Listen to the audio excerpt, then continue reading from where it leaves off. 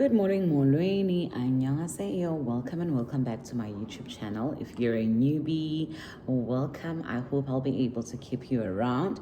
If you are a returning Sabi, I love and appreciate you. Thank you for sticking around. Today's video is not going to be long. I've noticed that there's a high demand and frequent questions when it comes to applying for visa from Korea. I understand that when you apply from South Africa, then you qualify for an e-visa, which means you do everything online. But when you're applying from outside South Africa, then the process changes. So the first thing, there's a company called Soho Travels. Soho Travels, you find them online. You just look Soho Travels, or you say Japan visa from Korea, and then they're going to pop up, right? The process is really easy and there's not much that you need. First things first, you can communicate with them via email, or you can send the documents via post, of which their address, you find it on their website. Or you can go to their office. Their office is in Seoul. The address is also on in their website. What do you need? You need a copy. Everything you do it online. You communicate with them via email. So you need a copy of your passport, a digital photo, passport photo. It's wise to always have a digital copy on your phone. An application form, Japan visa application form, which you find on the Soho Travel website. You print it, you fill it in, you scan it. The online signature form. The online signature form, it's like, it's a signature form. That's what it is. You print it from the Soho Travel website as well. Your itinerary, which means you're going to write what you're going to do when you get there. On day one, what are you doing? On day two, which city will you be traveling to? Day 3, day 4, day 5, right? And then a copy of your ARC. You need to have at least 2 or more than 2 months left on your ARC. If you have 2 months or less, they might not approve your visa. And schedule of stay, you need to have booked, or you need to have reservation confirmation of your hotel. So you need to already know the hotel you'll be going to. It's wise if you've already booked the hotel. I already booked the hotel by the time I was applying for the visa, so I don't know how the process works if you just use a reservation that's not paid for. For flights too, I had already booked my flights, if I remember well. But you can use just flight confirmation. It doesn't need to be paid flights, because I know some people are very skeptical booking flights before getting the actual visa. Okay, and then eBay bank balance certificate. The bank balance certificate, if you're using Hana Bank, you go on your Hana app, you go on the top, on your right, on the far right, and then you will see all the options that you have, and you print out a bank certificate.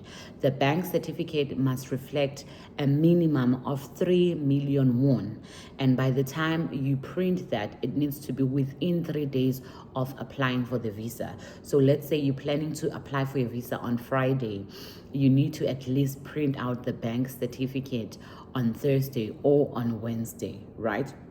And you need to make sure that you have 3 million won. It's just one page.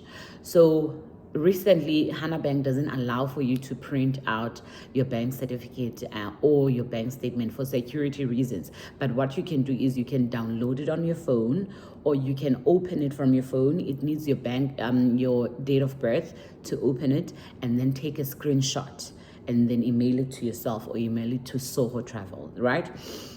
And then you need 3 million won for a minimum for 1 week. And the visa fee is increasing as of the 1st of July in 2026. It's going to be 210,000 won. I think it was 170 or 150. I don't really remember the fee.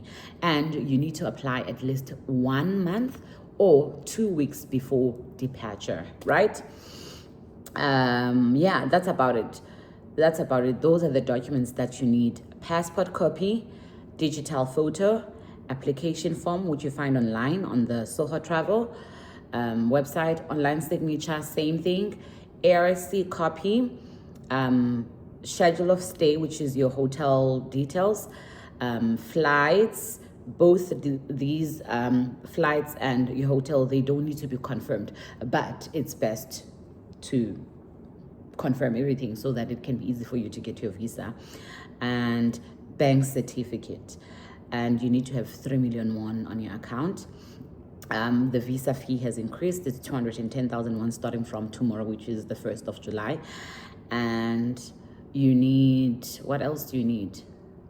The visa will be a QR that you are going to receive via email, and it takes 5 days, approximately 5 days, for them to confirm or for you to hear if it's been approved or not. And the communication with Soho Travel is perfect. Like they communicate, they tell you if there's anything that's missing with your documents, and they are very fast when it comes to replying to emails and all of that. And yeah, that's about it. I didn't really have any issues when I got to Japan. I think I had to do something online. I'm going to check it out. I'm going to check it out now and add it on the video. Let me check it out actually now.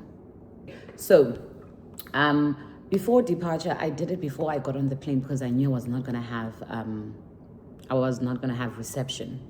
So before departure, you register, you create an account, and you input your trip details, your flight number and accommodation address sorry, on the Japan web portal. It is online, Japan web portal. You log in there. It's not easy, it's not hard at all, as long as you have the QR code. You screenshot the QR code and you're going to insert all the documents there, all the details there. And then you also need to fill out the declaration form. It is it is a card, it's something for immigration and customs declaration section that you do online, so that you can skip the queue, because there are different queues. There's a queue where you need to do the paperwork, fill in forms and all of that. But if you do all of this, then you will not be stuck on that queue. Also, when you get to the immigration, to the foreigner side, they're going to ask you a lot of questions like, where are you staying? Who are you with? Why are you here? How long are you staying? Even though they can see on your visa how long you're staying, they want to see if you're going to say the same thing that's on your visa. So it's some kind of a tactic to check if you are there for illegal reasons, or you are planning to overstay your visit or something, you know.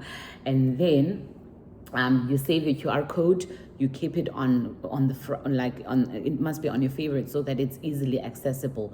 By the time you get to the front, you show them your QR code, they're going to take your fingerprints, they're going to take a photo of you, and then you are done. Transport is very easy depending where you get off. Narita, or what's the second one? I don't remember the second one, but I used the underground train, which was a very direct to go to Tokyo. It's just one train ride. It's the bullet train, one train ride. It was easy.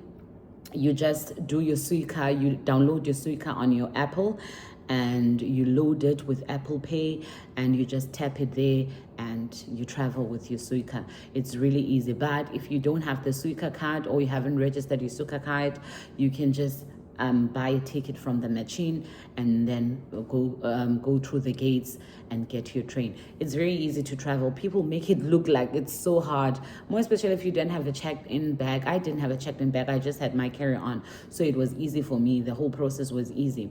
I'm sure also when you do have a checked-in bag, it shouldn't be that hard.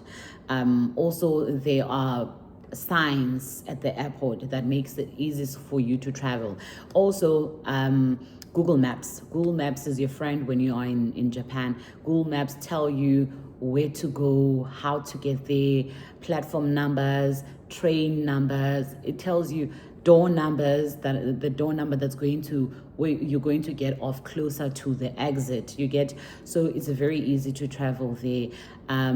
I had cash, and most of the time I used my card, which I regret. I hated it so much. I feel like if I had withdrawn the money that I was gonna need or I was gonna use, like my limit, then I wouldn't have exceeded my limit. I overspent because I wasn't really keeping track. I was spending, but the money was not being deducted from my South Korean account. Then they started deducting when I had already like arrived back or like came back from Japan. And it was so stressful when I saw all the transactions coming out and it was like, damn, Maliam, it's going. When I thought I didn't overspend, but I actually overspent. So yeah, I think that's about it. If there's anything more that you would like to know about the visa process or how to navigate Japan when you get to the airport, you can just comment down below and tell me what you need to know. But it's really easy to navigate Japan. Japan is so safe, and yeah, there are signs everywhere you go. The signs are in Japanese and English, so it's very easy. I hope this is going to help someone, and I will make another one for Germany because I've been getting a lot of questions about Germany, and I know the Germany or UAE thingy visa is really, it can be really tedious, and yeah, so I'm gonna post that one as well. I hope you guys like this. If you like this kind of content or helpful tips when it comes to applying for visa, don't forget to like and subscribe. I love you so much. See you on the next one. Goodbye.